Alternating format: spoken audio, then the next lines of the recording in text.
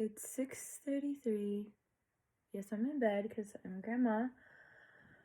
And yeah, I'm just reporting in because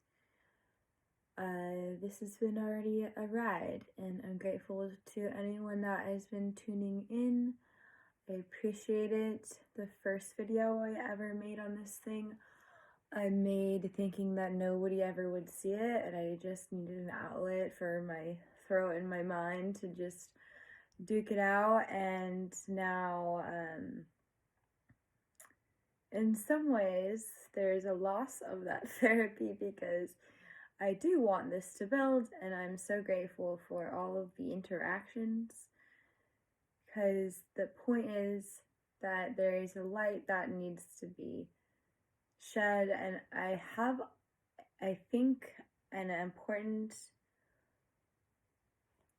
sort of multidimensional way of seeing things that could be of service to people at this time, where wellness is becoming more important as the structures in place surrounding health and well-being, and honestly just like society at large is facing its shadow sides, and there's no way but to look at it. And so how can we be with what's going on in reality, and also be aware of the reality that we are multidimensional beings, which means that we're interfacing with that which we're digesting in our lived experiences, but we're also digesting that which we can't necessarily see and we are able to sense. And a lot of that is not processed because those mechanisms for processing, it's a bit of a lost art. And the temple arts is the vehicle to prepare the body for that which it is, which is the container for holiness. Because in each of us is that which makes the plants grow and our hearts beat, the electricity, that the oneness that everyone's talking about is the connection, the essence that there's more than meets the eye that's moving all of us and everything around us. So there is connection. And I think if more people were focused on that connection and less on the division of the legislation of division, and more about what we can do to sort of calm down the simulation and bring in more awareness into the spaces that we occupy, and work more on our internal reality to dictate our external reality, instead of looking at our external reality and reacting to it, because that is a cycle that doesn't end, and it doesn't really end well if it does, because what is in front of us is what's already manifested. So anything that's physical, the atoms here are moving much faster. Everything is a vibratory nature. Air, more space. More space than air is the ether. And so ether is where wisdom comes from, the knowing, or the akash. And that is the space that we're all able to access for guidance. And that is an internal experience and a distillation process to get there. Because it's really easy to hear or think you're hearing truth, and it's our minds talking, it's our stories talking. And so it takes an actual practice, a discipline, to get to a space where your life has the capacity to hold the potency of more of that light energy, because that light energy is vibrating very fast. And so your like the mitochondria, or the ends of the synapses of your neurology, like if there's more light, it's like, imagine like a fray or a burning. And so it needs the ojas, or the milky honey, to be able to hold the wisdom. And most of the way that knowledge is in our world, it's this conquering of information, the categorizing, the linearizing, to make us feel safe and understand. But the yogis have been, these technologies, the tantric sciences have been around for so long for a reason. And that reason is because it works. And the reason that it's not common knowledge is because it teaches you that the power is absolutely within, and the way and without. And the way that it is within and without is that pattern there, that rhythm within and without. What does it remind you of? Of the in and the out, the beat, the breath. Our power, our ability to interface and to interact with the internal and external world, to breathe in that which we need, the elements that created our bodies, but more so in all of the cells and the atoms, etc., is the life force. And so the more we expand the capacity of our rib cage and our ability to crack our necks, I'm slouching actually, the more prana we can hold, then more fruition or fruitfulness in our lived experience, they're one and the same. And we become more aware of the divine path, because when we're listening, because we're calm, because we've done our breath meditation, then we're more able to just be in alignment with the rhythm of the day. So to the animals know where to be and where to go. And, every day in some ways they do so many of the same things, but then by the end of the year they've done a whole cycle. And so we are the same, and we have to almost listen for instruction or sit in the stillness to empty.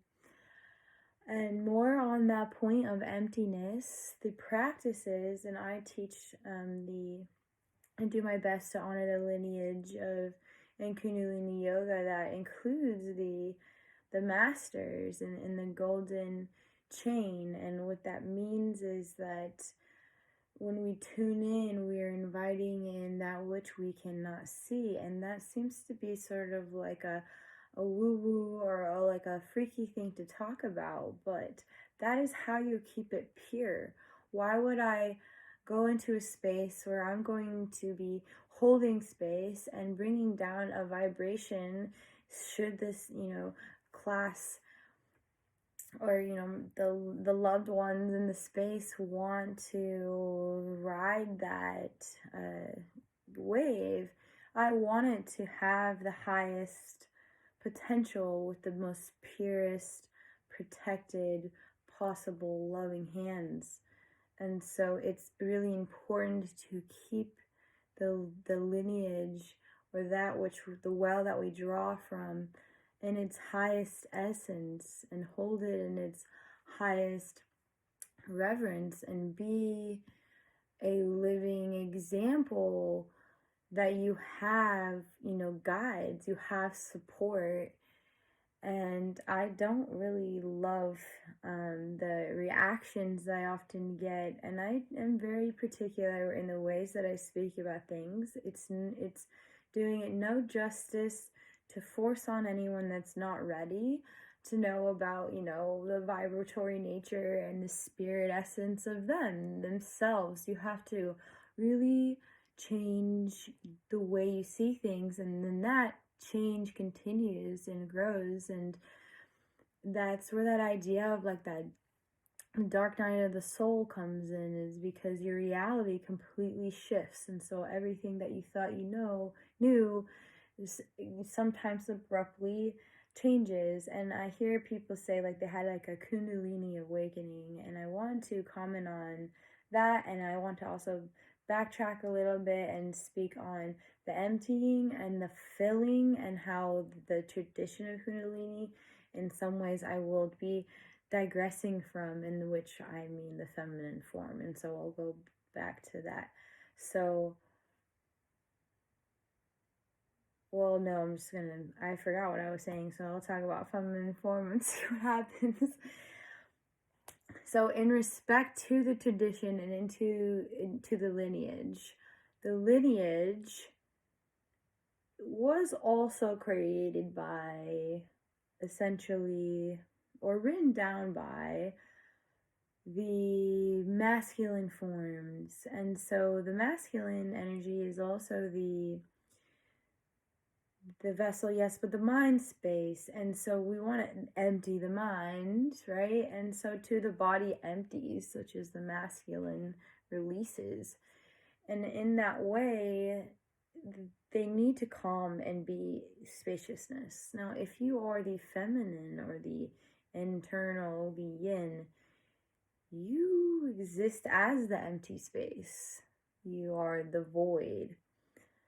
And in the same way, it's also the flip, because shakti's, the energy in motion. It's also the dance. So, we are all, everything is both impolarized and one and nothing. Okay? That just is. And so, to honor the lineage, but also honor that not necessarily all the practices that were written down serve, or they serve, but there's a complement. And that complement also has been written down in a lot of ways, but it's also just been passed down. And I would say one of the best ways to see how the feminine form has passed down that lineage of movement medicine and connection to the body in the wisdom traditions is the oracular nature, the ability to connect to a plant medicine, the earth's medicine. This is where, that the witches were burned.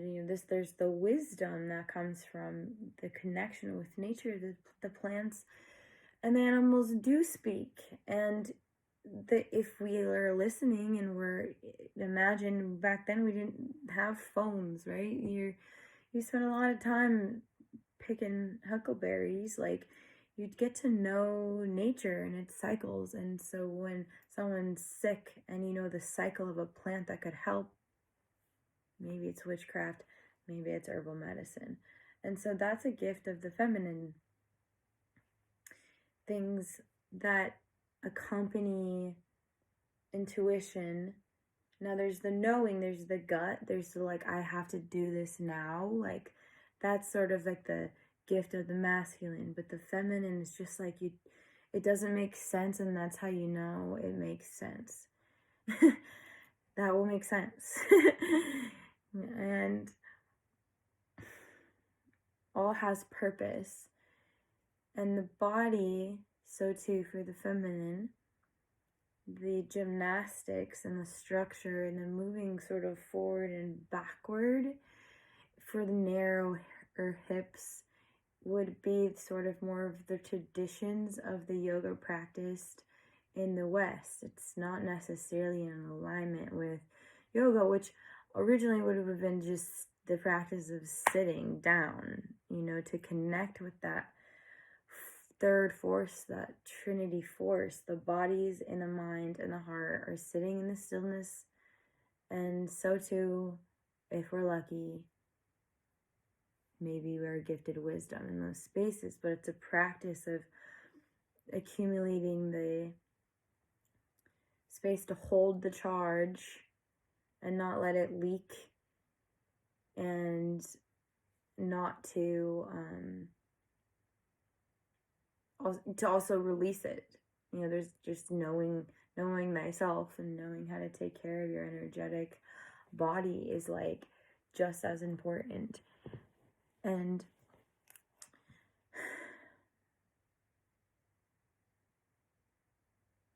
feminine form is sort of asking that internal bodily awareness, asking your sacred temple to show you what it needs for the day, to relax into its right alignment. And it requires a bit of trust to let the body's wisdom take over you, because it'll require twitching and wiggling and maybe sighing or screaming into a pillow like you never really know. Like, it's just, but because you have a practice in some ways, we don't want to compare a practice to yesterday, but because we are doing something consistently, we are able to know where we're at. And so it's almost like we can kind of sense things coming. You can sense a wave of energy that needs to be released. And so then instead of reacting on, the frustrating person in traffic, you release it in the appropriate time. And then we're in the neutral space when we are out into the world. And then we're able to be kinder. And, I'm here to just, I guess, share in this space what the journey that I am on, in hopes that it will bring community. And we end up being the medicine that we need most often. And I guess I have hopes that if I make myself uncomfortable and vulnerable in a lot of ways, but do my absolute best to honor truth, that it could help someone out there. Because in this journey, there's not a lot of, I would say, channels that are in the sense of YouTube, and I also just mean energetic channels. Like, each of us are really just antennas, and we channel in many ways, in our movement, in our way we talk, and then we can sort of choose where we dial in, right? And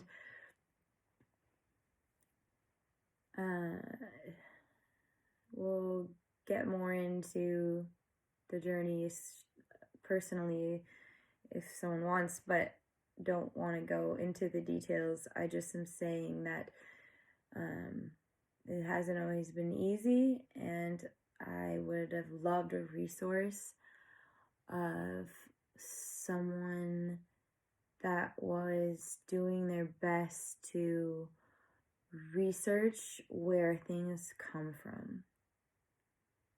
That is what I will be wanting to get to, the most highest, purest space, and teaching from there. I don't want to come from something that's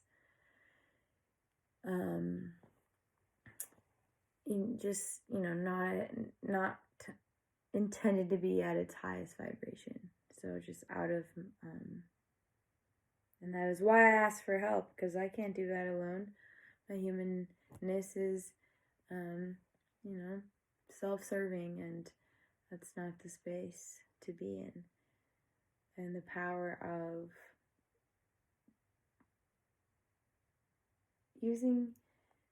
of occupying people's awareness and attention. Like, this is an honor. There's so much grabbing our attention all the time. And again, that's why we want to come to meditation and practice, because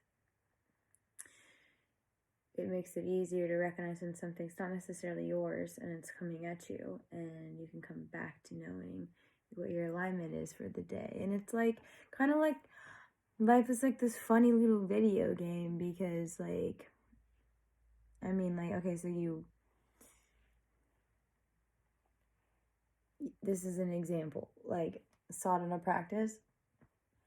My trap is, like, going off, but this is obviously a release of the upper chakras because I'm, like, talking.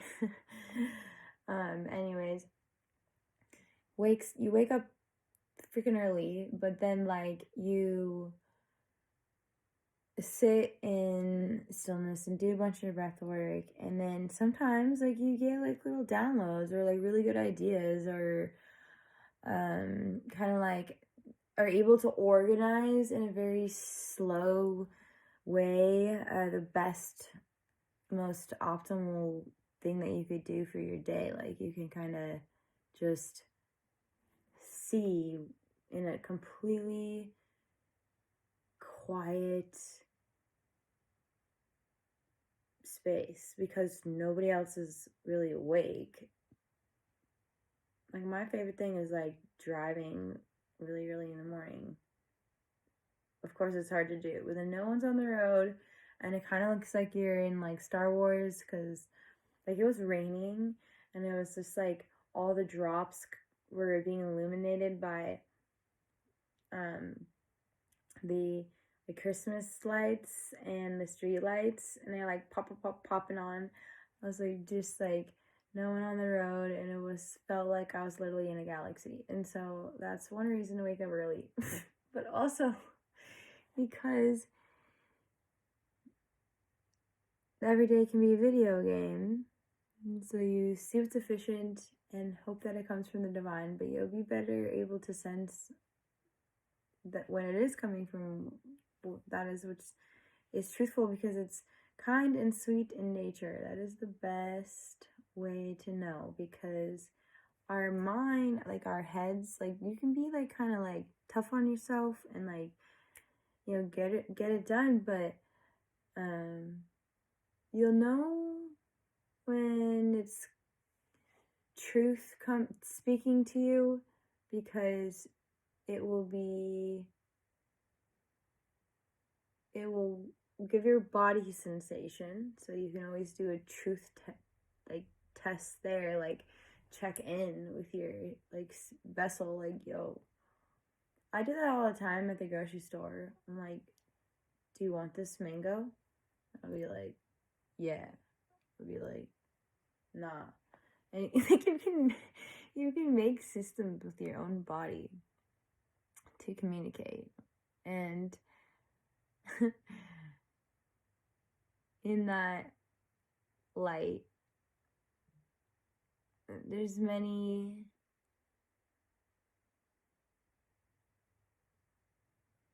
yogas, there's many ways of doing things, but I hope that anything that I'm ever speaking on is going to point you back to you being your highest authority. Like, you are your own guru.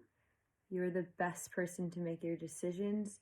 You were born with everything that you need, every tool, and life is here to gift you a reality that is abundant and helpful to the greater, the rising of consciousness, the greater good.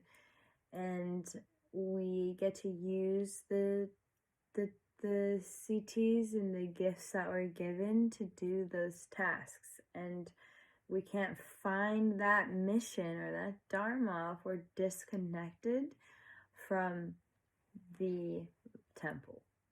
And there are treasures in your temple, so many. And it's through taking the necessary time and being deliberate with what you give your attention to. So thank you if you're somehow still here. Wow, 24, can't even talk. That means it's time to go. So thank you. Thank you for being here.